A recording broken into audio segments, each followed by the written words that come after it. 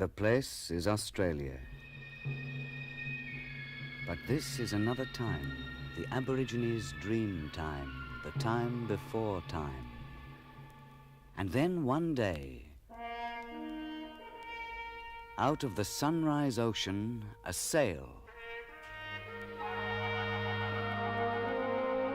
A ship in search of the great Southland. His Majesty's bark Endeavour, 20 months out of Plymouth. Her crew, 90 good men. Her captain, James Cook, navigator.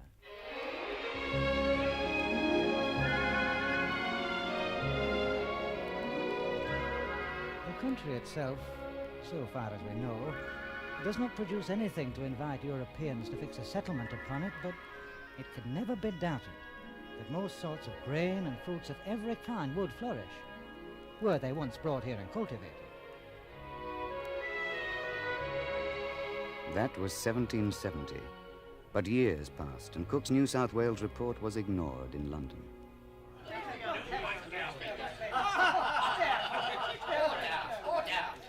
Politicians had much bigger things to worry about. War in Europe, the loss of the American colonies. Gentlemen, pray silence for Sir Joseph Banks. What do we do with New South Wales?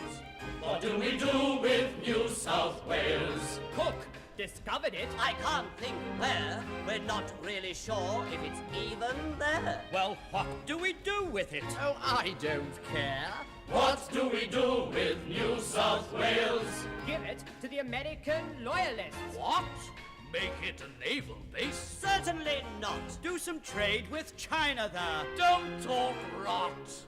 Oh, what do we do with New South Wales? It's a puzzle, it's a muddle, it's a riddle, it's a joke, it's a wonder, it's a blunder. It's a pig in a poke. All of us are biting our nails, wondering what can we do with New South Wales? What a petty problem. Please stop making a fuss. We've got something really important to discuss. What do we do with the convicts, eh?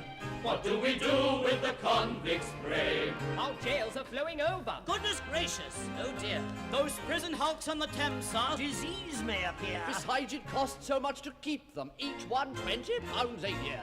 What do we do with the convicts now? Build new penitentiaries. And make us all poor. Send them off to Africa. Oh, we can't anymore. Dump them in America. And start another war. Oh, what do we do with the convicts now? It's a puzzle, it's a muddle, it's a riddle, it's a joke, it's a wonder, it's a blunder. It's a pig in a poke. Here we sit with sweat on our brow, wondering what do we do, wondering what do we do, wondering what do we do with the convicts. Send them to New South Wales. So it was to be a colony for convicts. Here we go then. The first fleet. All aboard the supply ship Sirius with store ships and 6 transports. And what a consignment, mate. 1 bull, 1 cow, 4 calves, 1 stallion and 3 mares, 3 colts, 44 sheep, 4 goats, 28 pigs, a few fowls and turkeys, 759 convicts and us. A battalion of the Plymouth Division of the Royal Marines. Oh, cool. And, of course, the complement of officers, surgeons, a clergyman, and the captain.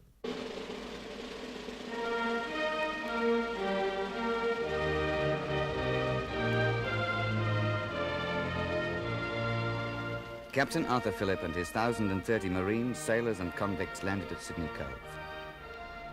It was Saturday, January the 26th, 1788.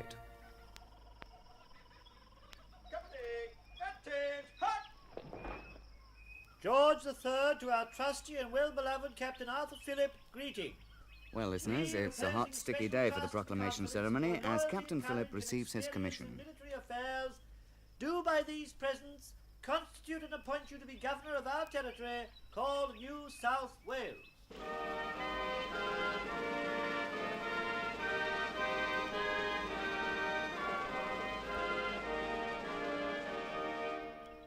We'll try to get a statement from the governor himself. Your Excellency. Eh? Oh, well. Yes. Here we have the finest harbour in the world, in which 1,000 sail of the line may ride in the most perfect security. And, here's an officer. Excuse me, sir, would you care This to... is a country and a place so forbidding and hateful as only to merit execration and curses. Thank you. And, you, sir? Oh, me? God, lummy gov, it's bleeding hell, ain't it? I mean, God help us. Look at it. Yeah, look at it. God blimey, it's no place for this here limey. Someone boo-booed back in England with the facts. Who said it's like a dream that makes you scream? Take a look at it and leave it to the blacks.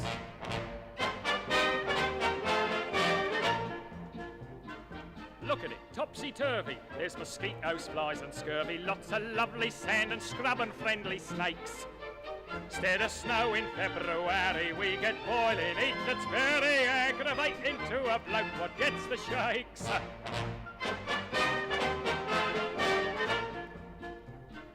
Look at it, weep your heart out. You'd be mad to even start out. If a convict had a choice, he'd take the rope. Half a world from home and beauty, way beyond the soldier's duty. Take a look at it and then abandon hope.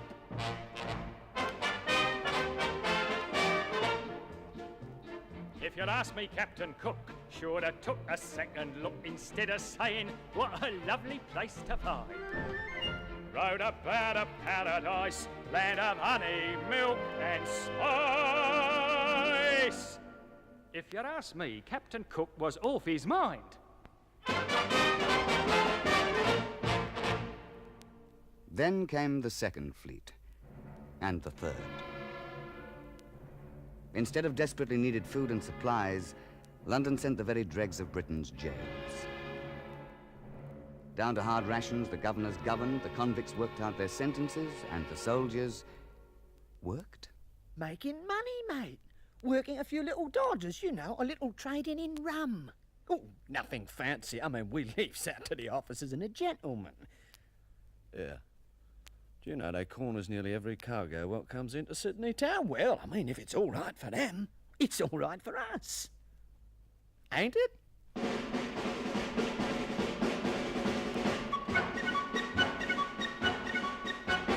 Come to Sydney Cove, to the government store. See the treasure trove of the New South Wales Corps.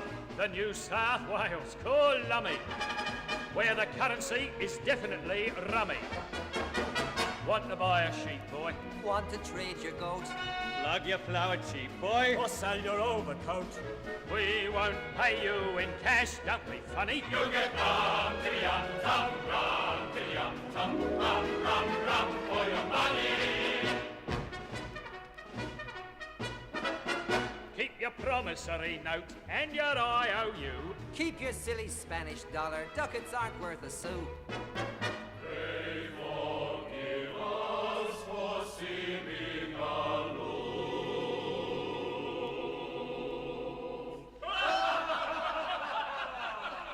But we want currency that's overproof. Here we are, a convict. Just a wee bit bruised. Do you want to hire a milkmaid who's hardly been used? Want to barter, you gotta, me honey. You get rum, tiddy-yum-tum, rum, tiddy-yum-tum, rum, rum, rum for your money.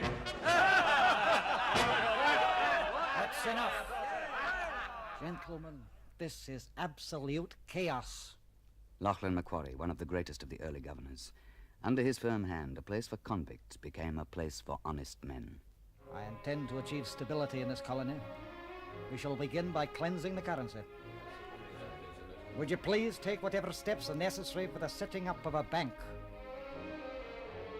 The Bank of New South Wales, first bank in Australia, first public company, opened its doors April 8th, 1817. While some men grappled with the economic problems of Sydney town, other men gazed far beyond, westward to the Blue Mountains, to the unknown interior. The age of the explorers had begun.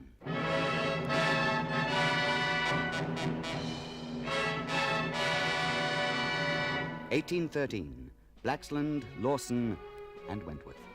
We stood at last on the crest of the range and saw a vast, fertile plain stretching unbroken to the western horizon. Hume and Hovell headed south, crossed the Murray River, reached Port Phillip. Surveyor George Evans pushed inland. I found rivers flowing westward. Westward where? John Oxley. The interior of this vast country is an uninhabitable swamp. Perhaps an inland sea. So men searched for the inland sea. Charles Sturt. This desert is one of the gloomiest regions man ever crossed. The stillness of death reigns round us. Ludwig Leichhardt. I will find water. I must go onward. Burke and Wills. We crossed the continent from Melbourne to the north, but on the way back, everything went wrong.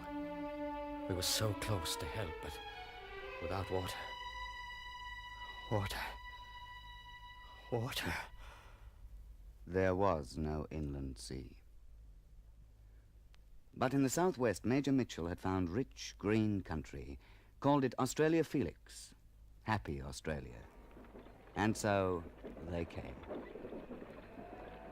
Westward, southward they came, moving across the face of the land like a wave across the sea. Their property rights, possession. No title, no license.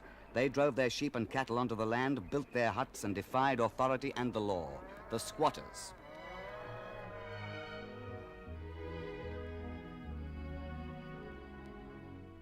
I can feel my land blowing on the west wind. I can feel my land blowing on the west wind. Blowing on the wind to meet me.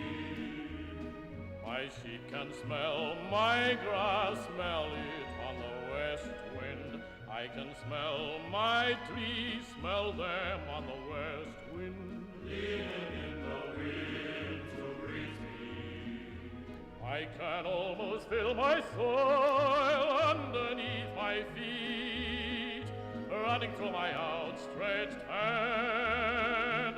I can see my land out there past the west wind, out there past the wind, my land. Pull you boys through dust and mud, pull you boys through drought and flood. Crack those sock whips. I can feel it getting closer, and when I've got there, I'll squat there to stay, and no one's gonna drive me away.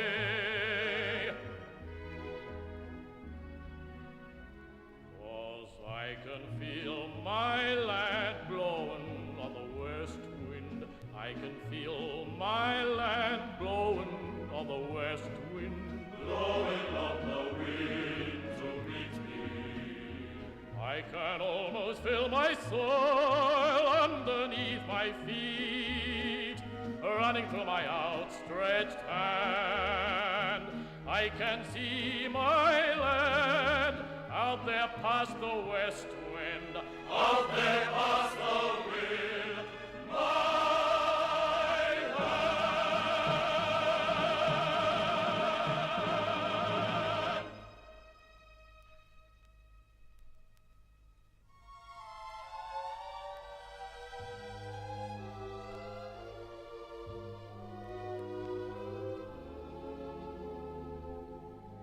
Out back is somewhere a woman forgets the smoothness of linen, the perfume of roses. Out back is somewhere a woman belongs with a man who's wed to the land. Here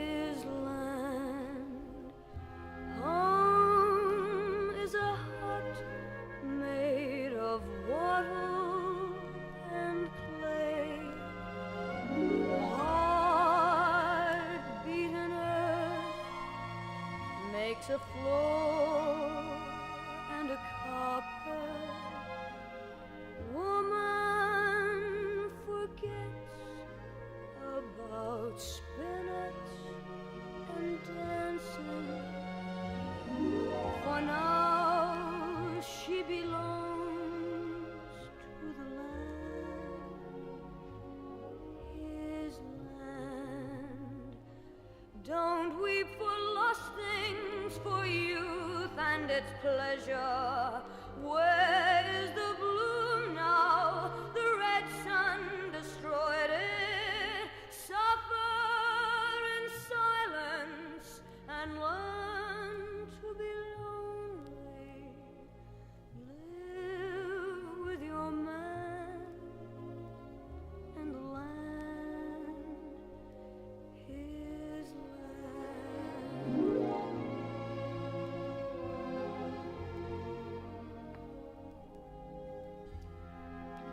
Out back is somewhere a woman creates a world of her own.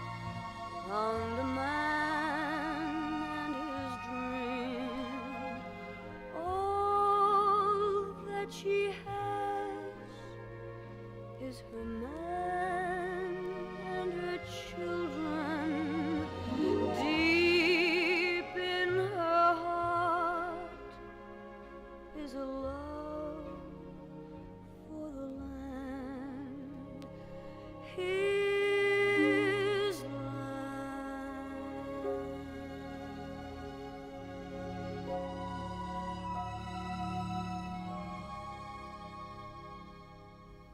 And wherever the squatters went, commerce followed. Into the new territories came the traders. Banks opened branches, brought money to aid the new settlers. Now there was a new feeling, a growing feeling. Confidence. Independence. Colonists far distant from Sydney wanted local rule, and got it. The vast mother colony of New South Wales began to shrink as new colonies broke away. Tasmania. Victoria. Queensland. And the British government created 2 more colonies. Western Australia. South Australia. No convicts. So refreshing. And just when everything was going nicely, thank you, along came 1851. It's gold. Gold. What did you say? It's gold. Gold. Gold. Gold. Go down to the store and buy some mining boots, a Californian hat, and a blanket for 2. Because we're going to the Gold Fields building to find a nugget that's bigger than you. Lock the house up now and throw away your job. Then sell the pigs and geese and all the cattle, of course. Because we're going to the Gold Fields person to find a nugget as big as a horse. Look here, Pat, they say at Ballarat, it's literally growing on trees. Look here, Joe, they say at Bendigo, it's growing in the ground right up to your knees. I hear tell at Bathurst how a certain Mr. Black found a nugget like a melon and threw it right back. Go down to the store and buy some mining boots, a Californian hat, and a blanket for 2. Because we're going to the Gold Fields building to find a nugget that's bigger than you. Oh, yes, we're going to the Goldfields, Secret. Yeah, we're going to the Goldfields, Eva. For sure we're going to the Goldfields, Bridget. You bet we're going to the Goldfields, Sheriff. Oh, yes, we're going to the Goldfields, Secret. Yeah, we're going to the Goldfields, Eva. For sure we're going to the Goldfields, Bridget. You bet we're going to the Goldfields, Sheriff. Goodness me, what a hullabaloo! Well, I've just come back from the Goldfields, everyone, and I didn't find a brass razoo. Some found nothing. Some found a fortune. Gold turned the country upside down. In 10 years, the population trebled. Swarming goldfields spawned lusty boom towns. That was just the start of it. Then the new rich built magnificent mansions. The devout built stately churches. The workers built trade unions. There was a new force in the land. Mateship. And something bigger. Responsible government. In 1856, good Queen Victoria gave us our first elected assembly under Governor Denison. Gold in New South Wales, Victoria, Queensland, Western Australia. Everything was on the up and up. Now we can send a cable all the way to London. Sail right through the new Suez Canal. Send our meat and fruit right across the world in refrigerated ships. Quick, get sheep, cattle, land. Land? But where? Where? Anywhere. Just get it. Invest, expend, expand. Invest, expand, invest, expand, expand. Well, that's one way to learn the economic facts of life. Huge fortunes were wiped out. Tycoons suicided. Everyone suffered. The innocent lost their life savings. Of all the banks in Australia, only 9 survived, including the first bank, the Bank of New South Wales. Trade unions struggled for better conditions, but the Depression got worse. The big crash of 1893, a great disaster for all Australians. For all what? Australians. Australians are aborigines, old boy. Well, where are you all from?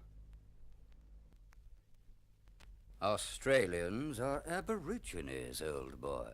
Well, where are you all from? We are New South Wales, Victoria, South, and West Australia, Queensland and Tasmania. But somehow it's a failure. On railway gauges, postage stamps, And customs duties we go our separate ways. it's chaos, but it's lovely for our ego.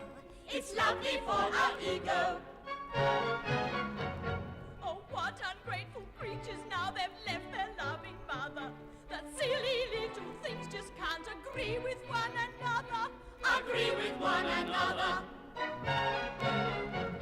Let's have a referendum. Will the Federation go, sir?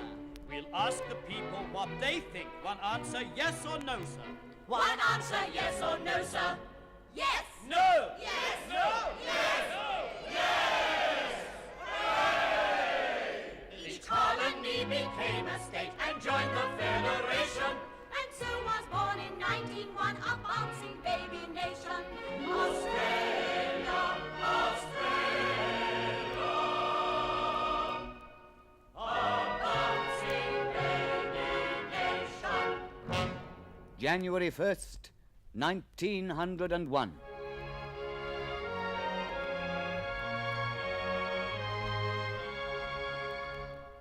We do hereby declare that the people shall be united in a federated Commonwealth under the name of the Commonwealth of Australia. God save the Queen.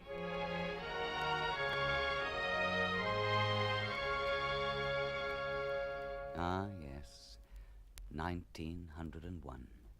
A bright new century, a bright new nation, with high hopes, high ideals, where the average man would get a fair deal. Closer land settlement, tariff barriers, pensions, maternity allowances. What about the workers? Protection, immigration restriction, workers' compensation, fair and reasonable pay and conditions, industrial peace through the arbitration court. Mr. William Morris Hughes. We need a citizen army. It is the first duty of every man to defend his country, and the only way to do this is universal military service. Lord Kitchener of Khartoum. The present forces are inadequate to defend Australia from the dangers of its isolated position. Agreed. Compulsory military training. We also need a navy. A navy, Mr. Deacon? But there's always the Royal Navy. Is there? Yes, a navy. The Royal Australian Navy. Splendid.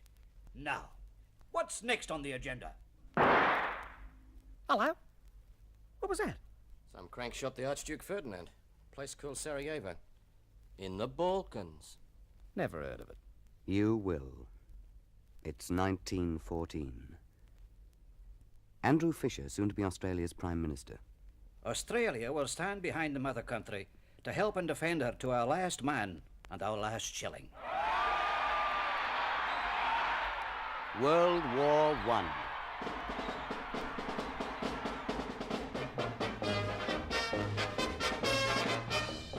See the world. We're off to see the world. Got a chance to see Egypt and Palestine. Got a chance to see France and the Hindenburg Line. We're off to see the fun and put the Hun on the run. Take a cruise on the Mediterranean Sea. Then we'll send you a postcard from Gallipoli. We're gonna shovel our worries in our old kit bags and give the Kaiser what for. We're off to see the world. We're off to free the world. Oh yes, it's gonna be a wonderful war.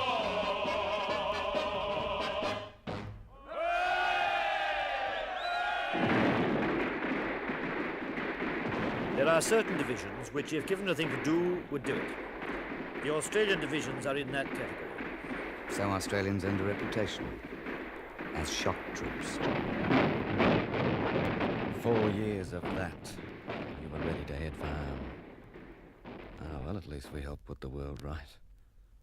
Now for a little peace and quiet. No, sir. No! 1919, the Peace Conference at Versailles. For Australia, Billy Hughes. No, sir. Australia will not stand by and see New Guinea handed over to another power.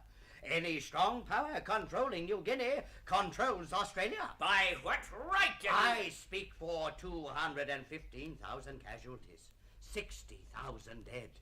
Who has a better right? Did I say peace and quiet? Oh, well. Forget it.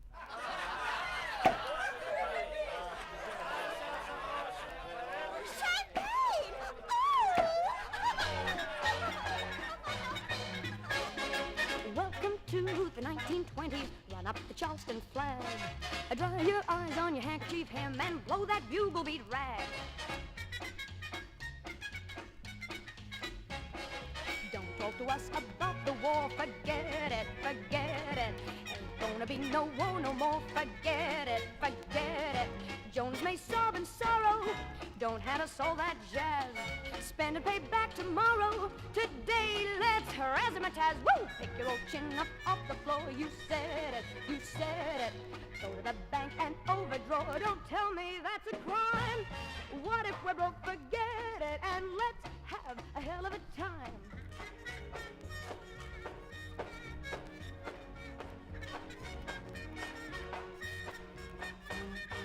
Kiss goodbye to depression. Buy me a new plush hat. I got no time for depression. Depression, baby, what's that? Tell me I look like Clara Bow. Forget it, forget it. Vodo-vido, vodo-vido-do. We haven't got a dime. It's all a joke, forget it. And let's have a hell of a, let's have a hell of a, let's have a hell of a time. Hell of a time.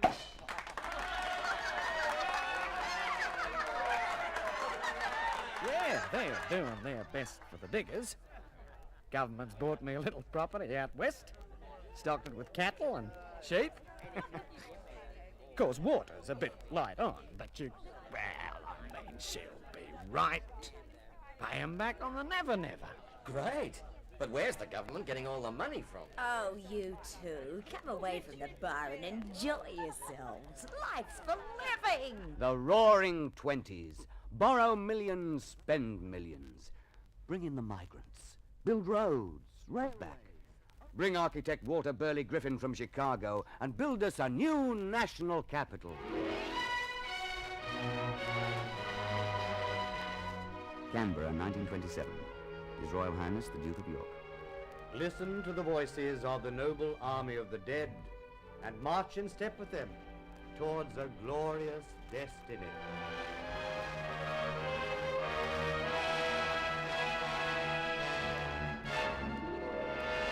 1929, and a cold wind blew from abroad. A freezing wind. Suddenly, the world went broke. Oh, strike me. Years and years of drought, and then just when the rain comes, a depression. Wool prices, wheat prices, investment from overseas. One breadwinner in 3 out of work. Struth. What hit us? There seems little foundation for Australia's high standard of living. You must borrow less, lay more men off. Stand in line once a week and a man gets the dole. Thanks. For nothing. But Australians found things to take their minds off the dole.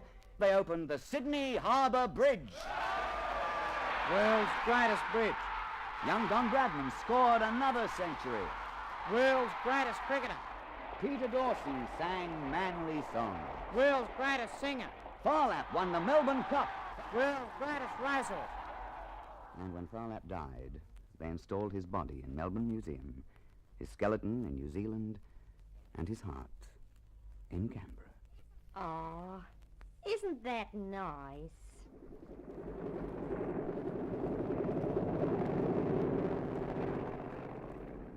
Sir Charles Kingsford Smith, Smithy, pioneered airways across the world. My pals stuck to me as they've always stuck. And they did their job. The Southern Cross proved herself to be the thoroughbred that she is. And we got through. I'm mighty pleased that in all sincerity I tell you that in doing my job I did something worthwhile for Australia. And I hope to do it for my country.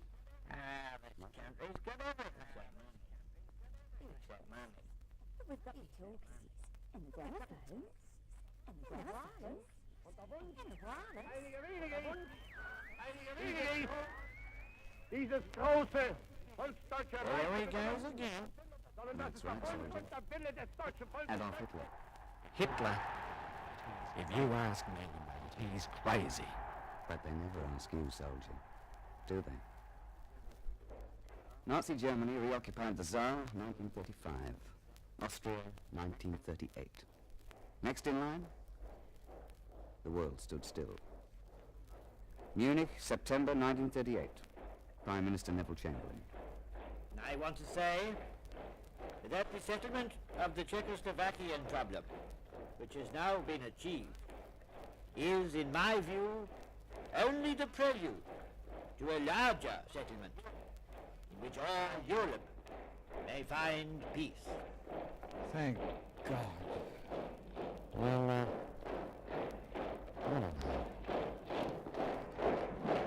Czechoslovakia!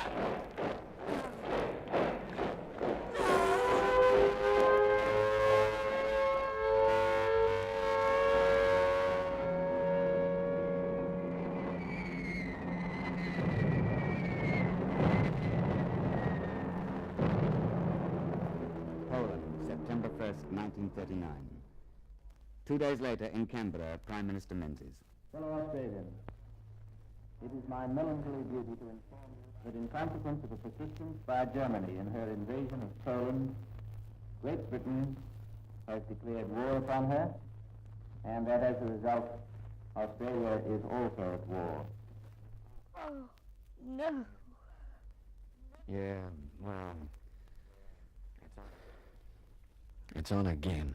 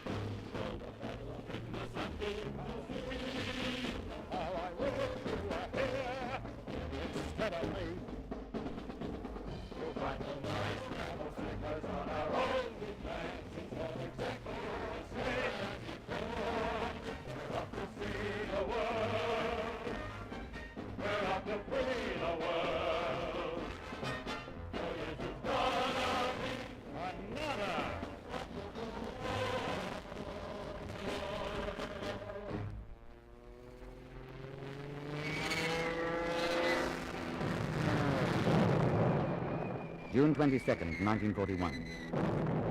Hitler attacks Russia. Hitler attacks Russia.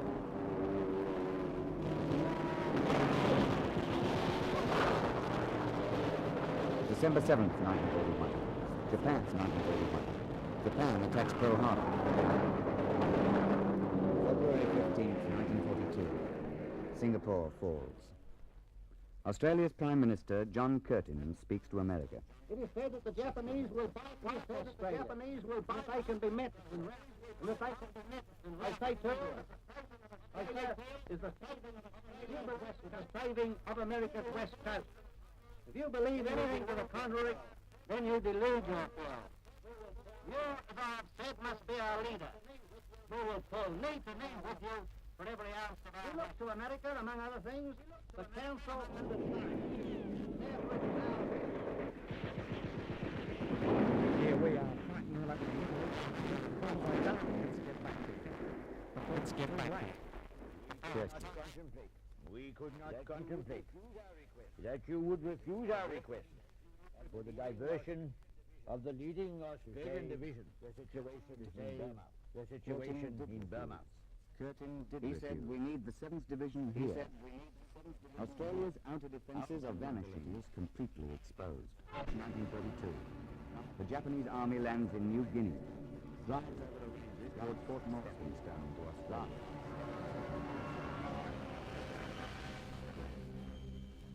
Drag a heavy cannon through the mud. Here's about a no-man's land.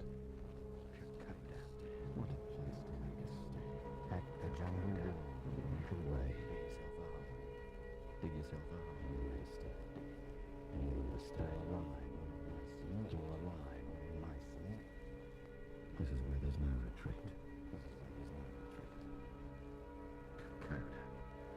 Kokoda. Wait a minute. Sorry, Fraser.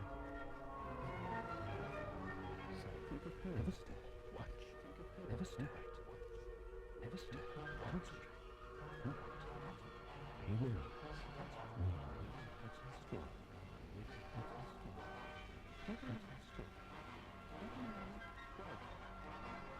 Here I come. I'm waiting for the guy. Hand to hand along the track. All four. Kokoda.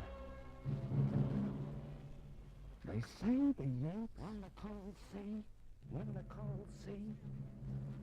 They say the Yanks have won the cold sea. They say to get them on the run.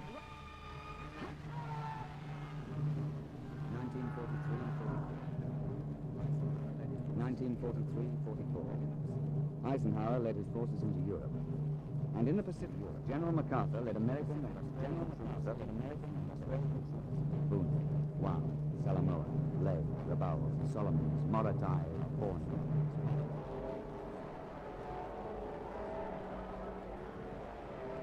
This is London. The Prime Minister, the Right Honourable Winston Churchill. Yesterday morning at 2:41 a.m. General signed the Act of Unconditional Surrender of all and air forces in Europe to the Allied expedition. Simultaneously, Soviet high command. The end of the war in Europe. What about A bomb. Place cooked. Place.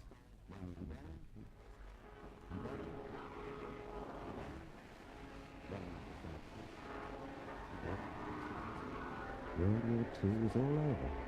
Just like that. Yes. Just like that. By 1947, the cheering was all over, and 8 million Australians took stock of themselves.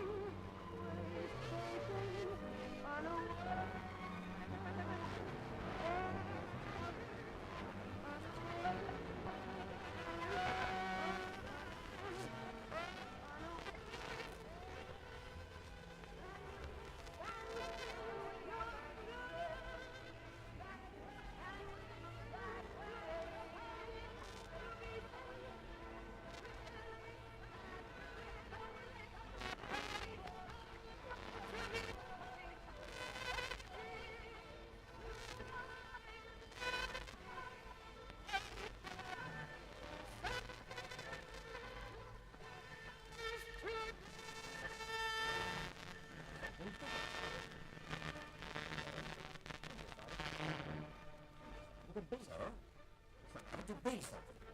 Something bigger. Really big. Big as Ben Chifley's Australian National University. Biggest post-program. What? 1949. New federal government. Right. Oh, we've got a baby boom, but we need migrants. By the million. 1949. New federal government under Prime Minister. There was a wool boom. A war in Korea. Well, everything grew. Population growth. Cities, suburbs, minerals grew. Great Australian organizations grew. Bank of New South Wales, BHP, Qantas. Now, minerals. Untold millions worth. You imagine, we've got it. And the world wants it. Look at Asia. Well, We've got to. We're next door neighbors. all right. But how do we... We're not Asian. Who is? Just what is an Asian? Oh, there are Indonesians, Chinese, Japanese, Indians, Pakistanis, but Asians? Well, what are we? Good old British heritage. Add a dash of Europe and a touch of American influence. And what have you got? Australians. Australians. William John Farrer, Edgeworth David, McFarlane Burnett. Parks, Barton, Deacon. Monash, Isaacs. Melba, Sutherland. Flynn of the Inland. Hubert Murray. Henry Lawson, Patrick White. Nolan, Drysdale, Lavelle. And a million young people we've never heard of. Yet.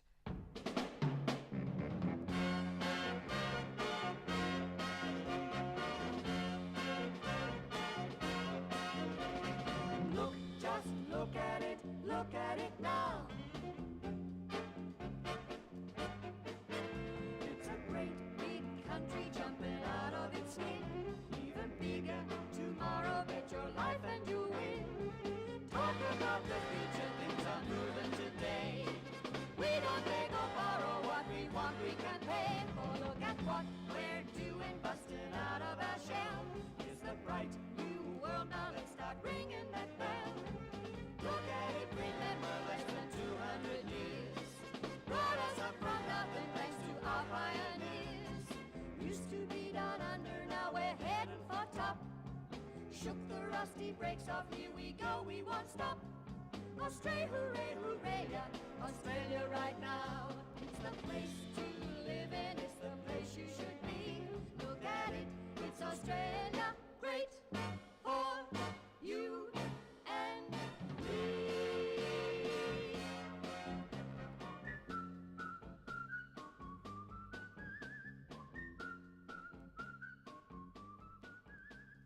Anything's possible now. We've just begun.